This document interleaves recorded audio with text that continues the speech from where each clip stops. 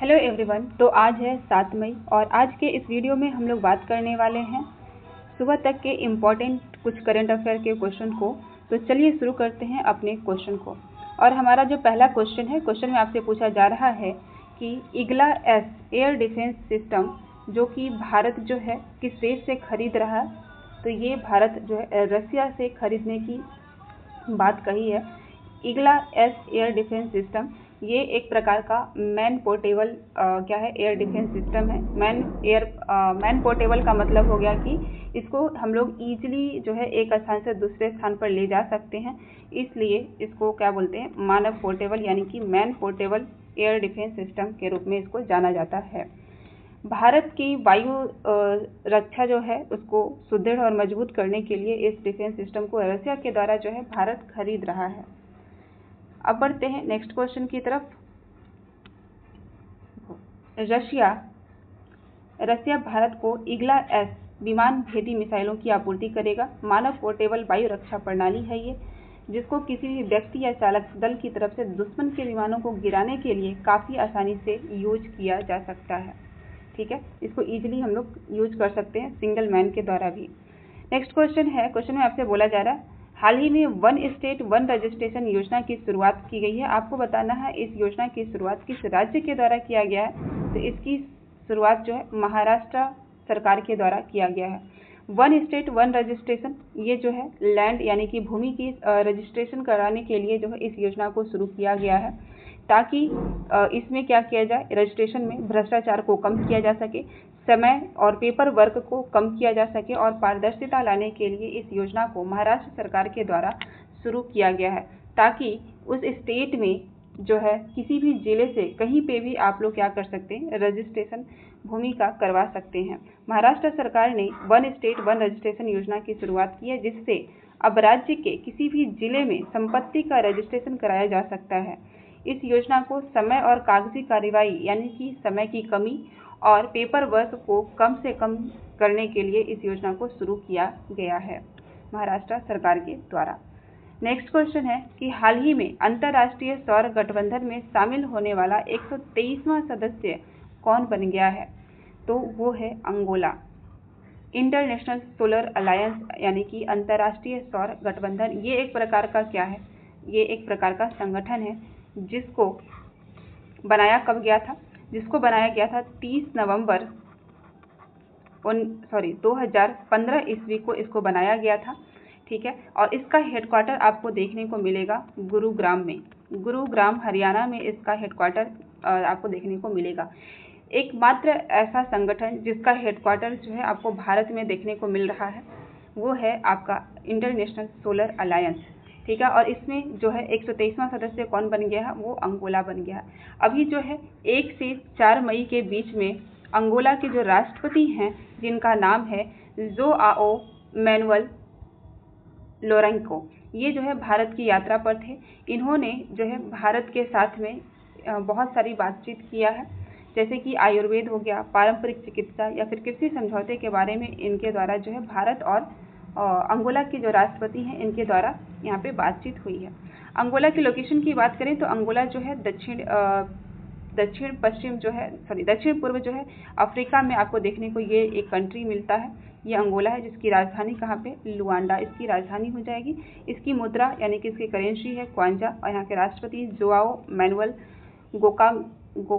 गोकाल्वेस लोरेंको हैं। ये अभी 1 से 4 मई के बीच में भारत की यात्रा पर थे और तभी इन्होंने क्या किया है, इंटरनेशनल सोलर अलायंस में 123वें सदस्य के रूप में क्या किए हैं, ये ऐड हुए हैं यानी कि हस्ताक्षर किए हैं। तो इंटरनेशनल सोलर अलायंस की अगर हम बात करते हैं तो इसका मैंने आपको बताया स्थापना कब होता है, 30 नवंबर 2015 को। इसका हेडक्वार्टर गुरुग्राम हरियाणा में है। इसके प्रेजेंट टाइम के जो हेड हैं वो हैं आशीष खन्ना जी। कौन है, आशीष खन्ना जी इसके प्रेजेंट टाइम के हेड हैं।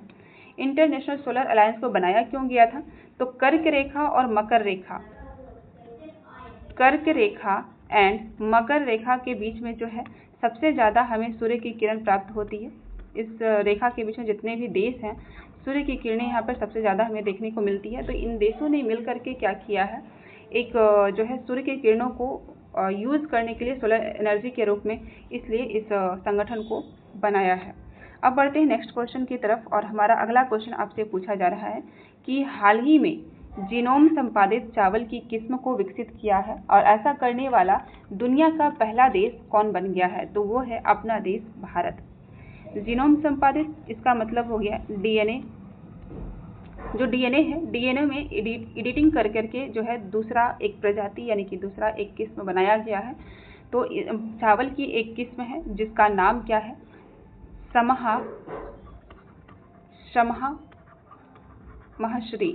शमहा माहश्री चावल की एक प्रजाति है।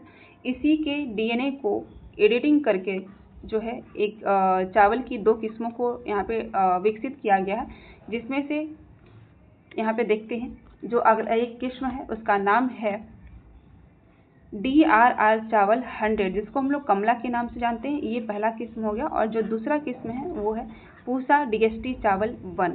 ये दो किस्मों को विकसित किया गया है। कौन से प्रजाति को यूज़ करके? तो सहमा मसूरी जो ये चावल की एक प्रजाति है इसका यूज़ करके। और ये जो है किसके द्वारा इसको विकसित किया गया है? तो भारतीय कृषि अनुसंधान परिषद ICAR के द्वारा CRISPR-Cas तकनीकी का उपयोग करके इस दो नवीनतम चावल किस्मों को क्या किया गया है? विकसित किया गया है। और ऐसा करने वाला दुनिया का पहला देश जो है वो भारत बन चुका है। ठीक है। ICAR की बात करें तो इसका जो हेडक्वार्टर है ये आपको न्यू दिल्ली में देखने को इसका हेडक्वार्टर मिलेगा।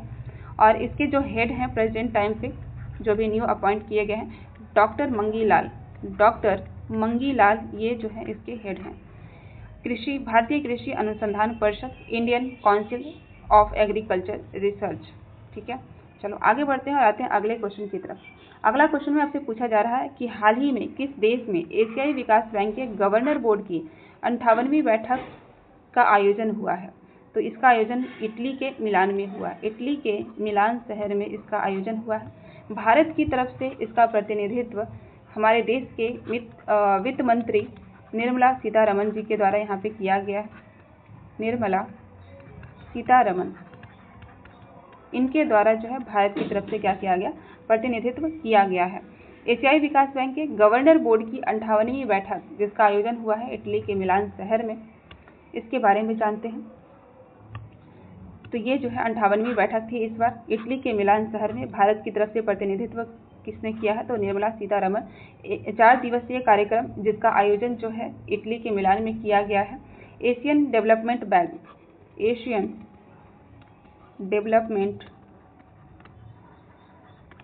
बैंक ADB का ये फुल फॉर्म हो गया ADB, जिसको हिंदी में एशियाई विकास बैंक के नाम से भी जानते हैं।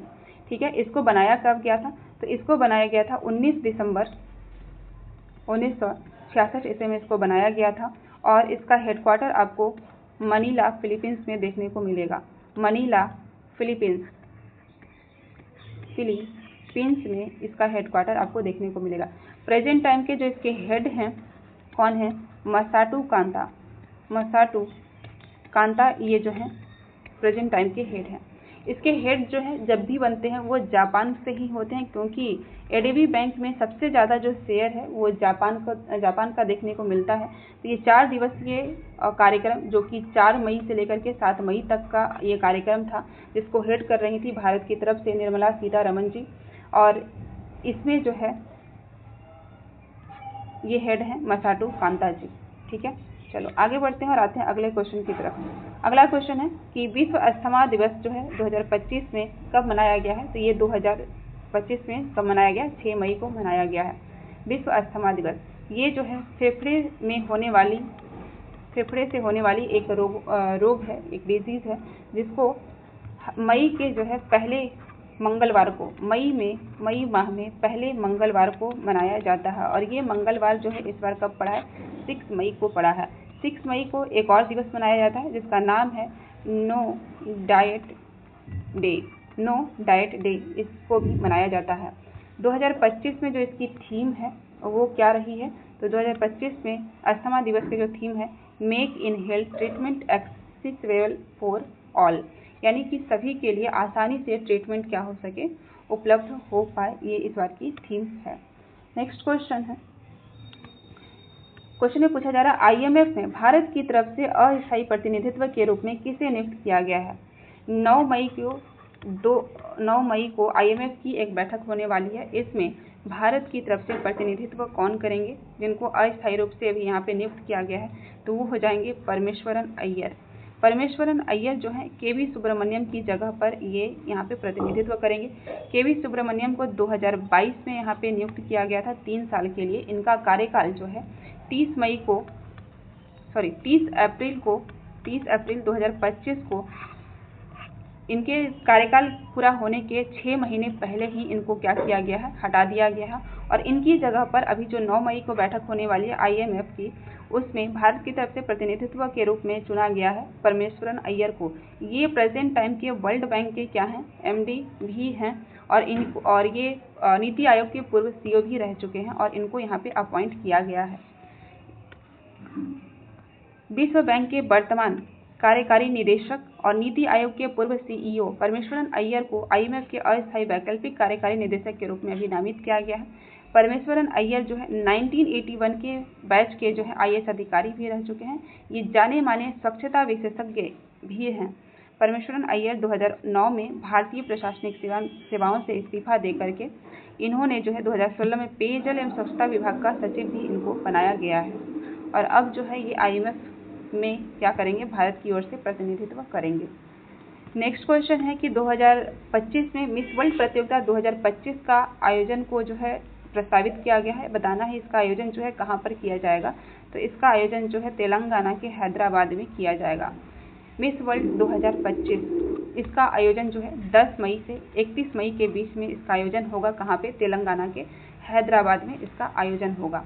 ये इस बार का कौन से नंबर का एडिशन है, तो ये 72 नंबर का एडिशन है जिसका आयोजन होगा हैदराबाद जो है ये कौन से नदी पर है, इसका आंसर आपको कमेंट बॉक्स में करना है। अगर हम बात करें 2024 में जो कि 71 नंबर की जो एडिशन थी उसका आयोजन कहाँ पर हुआ था, तो उसका आयोजन मुंबई में हुआ था और यहाँ पर क्रिस्टीना जो है यहाँ पे क्या रही हैं, मिस वर्ल्ड रही हैं। आते हैं नेक्स्ट क्वेश्चन की तरफ और अगला क्वेश्चन जो है देखिए 10 से 31 मई के बीच में तेलंगाना में मिस वर्ल्ड प्रतियोगिता का 72वां संस्करण का आयोजन किया जाएगा।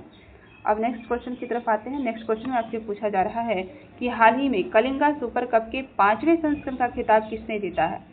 तो ये जो खिताब है FC गोवा ने जीता है। किसको हरा करके, तो FC जमशेदपुर को हरा करके यहाँ पे FC गोवा जो है इस कप को जीता है। कलिंगा सुपर कप, इसका संबंध जो है किस खेल से है, तो इसका संबंध आपको फुटबॉल से देखने को मिलेगा। कब से, फुटबॉल से। गोवा जो है 2019 में भी इस कप को जीता और इस बार 2025 में ये कप इस बार जीता है। अगर हम 2024 की बात करें तो 2024 में पश्चिम बंगाल ने जो है इस कप को जीता था। इस बार जो है इसका ये 5वां संस्करण जिसका आयोजन कहाँ पे हुआ, ओडिशा के कलिंगा स्टेडियम में। कहाँ पे, ओडिशा के कलिंगा स्टेडियम में इसका आयोजन किया गया। कलिंगा स्टेडियम में इसका आयोजन हुआ जहां पर FC जमशेदपुर को हरा करके 3-0 से हरा करके FC गोवा ने इस कप को क्या किया है, जीता है। ठीक है, चलो अगर हम बात करें यहाँ पे 10वें क्वेश्चन की, खेलो इंडिया यूथ गेम्स के 7वें संस्करण का वर्चुअली रूप से उद्घाटन किसके द्वारा किया गया, तो वो नरेंद्र मोदी जी के द्वारा किया गया है। अभी रिसेंटली जो है 4 मई से 15 मई के बीच में किसका आयोजन होगा, खेलो इंडिया यूथ गेम्स के 7वें संस्करण का आयोजन कहाँ पे किया जा रहा है, बिहार में। बिहार के 5 शहरों में इसका आयोजन किया जा रहा है, जहाँ पर वर्चुअली रूप से इसका उद्घाटन किसके द्वारा किया गया है, तो नरेंद्र मोदी जी के द्वारा इसका उद्घाटन किया जा रहा है। इसका जो मैस्कॉट था वो क्या था, गज सिंह, जो कि हाथी और शेर का क्या था, कॉम्बिनेशन था। इसको लॉन्च किया गया था जिसका नाम है गज सिंह। तो ये थे आज के कुछ इम्पॉर्टेंट क्वेश्चन और अब हम लोग मिलते हैं नेक्स्ट वीडियो में। तब तक के लिए thank you so much. And जाने से पहले आप लोग वीडियो को लाइक, शेयर और सब्सक्राइब जरूर कीजिएगा। इसी चैनल पे आपको डेली करेंट अफेयर के 10 क्वेश्चन आपको मात्र 10 मिनट में, 10 से 15 मिनट में आपको देखने को मिलेंगे। तो प्लीज़ लाइक और शेयर करना मत भूलिएगा और चैनल को सब्सक्राइब भी कर लीजिएगा। ठीक है, थैंक यू सो मच।